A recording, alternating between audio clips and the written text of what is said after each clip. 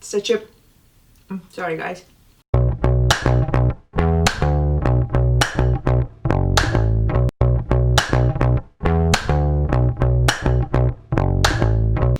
Guys, I am Donna and this is Budget Friendly Cooking. Today I'm gonna share the recipe for harissa. It's a Tunisian pepper relish condiment, very popular and very delicious. I was watching Ottolenghi's masterclass a month ago and I made it and I loved it. I can eat it with everything, with meat, with veggies, with eggs. It's really beautiful and great condiment, so I decided to make the video because my kids loved it also and my friends were obsessed, and I made little jars for them for New Year's, and why not make the video recipe for that. This recipe will yield 3 8-ounce jars. Don't worry, I'm using more peppers than you see here.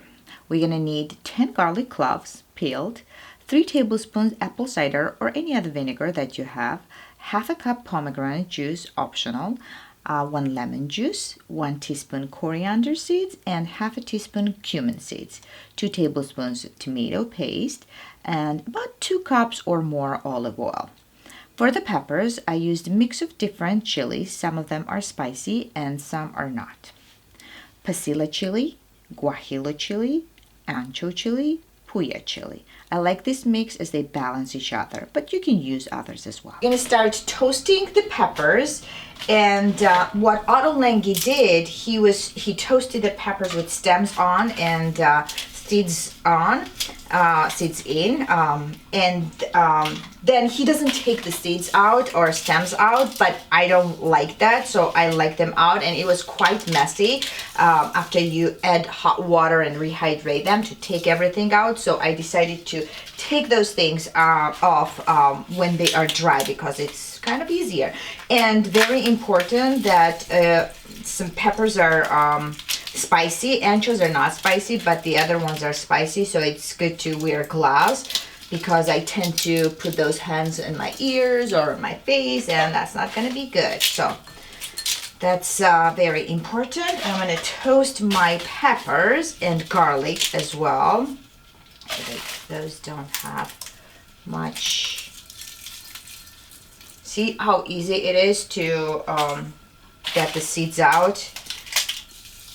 Without that, it will be really messy. So when you add the hot water and they soak that water inside, it's very hard to take them off. So I'd rather do that.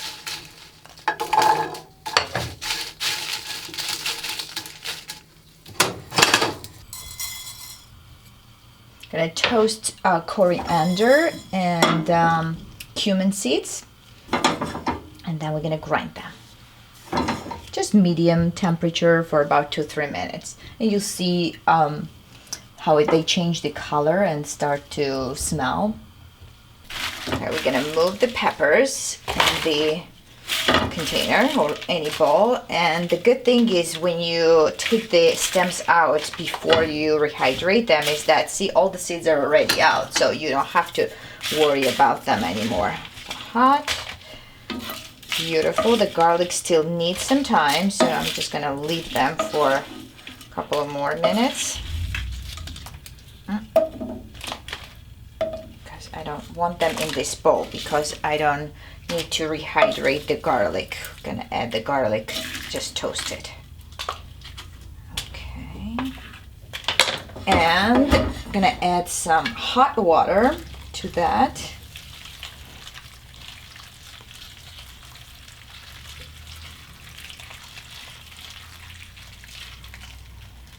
And if there are some seeds, it's fine. I just don't like to have a lot. Okay, that's perfect. We're gonna leave this for a few minutes, about 5 minutes, to let them rehydrate, and then we can continue. All right, we're gonna move coriander and cumin in my mortar and pestle. That's my new thing. I got it for Christmas, and I'm just gonna pound it a little bit. So I put 1 teaspoon coriander seeds and half a teaspoon cumin because I just think that it's too strong. Cumin is too strong for me, and I don't want to have this overpowering flavor of cumin. So I'm just gonna grind a little bit of salt because it will be easier to grind that. And you can do it in just coffee grinder or electric grinder. You don't have to have this thing, but I love it. And it's great when you do that, like all the aromas of coriander and cumin are coming through that. You smell. Okay, that's perfect. That's enough. Put it aside. Okay, a few minutes later, my peppers are beautifully rehydrated, and just scoop them out. And make sure you're wearing gloves, and give them a rough chop, because this way it's easier to get a good consistency in a food processor. And then just move them in a food processor, okay? And do the rest.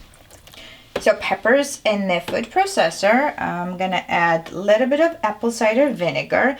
And in the original recipe by Ottolenghi, he adds rose water, but I don't have rose water, so my take on is pomegranate juice. How about that? Gonna add a little bit of lemon, and those lemons are from San Diego, California. Juiciest and tastiest lemons ever. Gonna add both of them. I mean the one whole lemon. Look how juicy it is.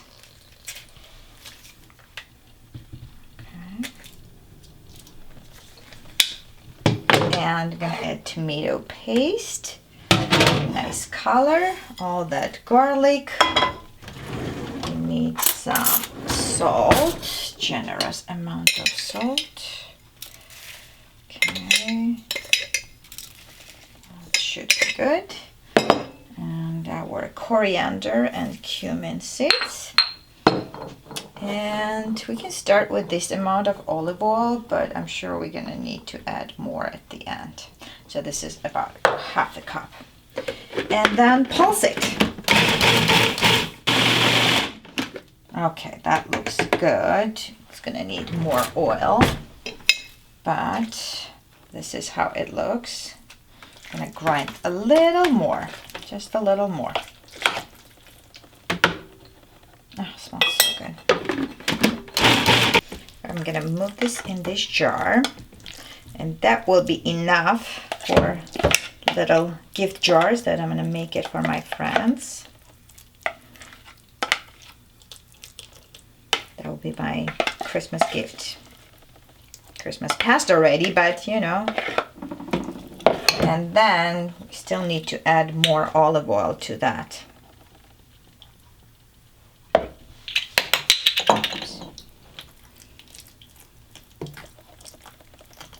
One of the ways to use harissa is to add to hard-boiled eggs and enjoy them with marinated feta and crackers. This is really beautiful color. I love the color of the oil. Nice deep red, and the perfect combination of hard-boiled egg, harissa, feta, and olives. I hope you enjoyed the episode, and I will see you next week. Bye-bye.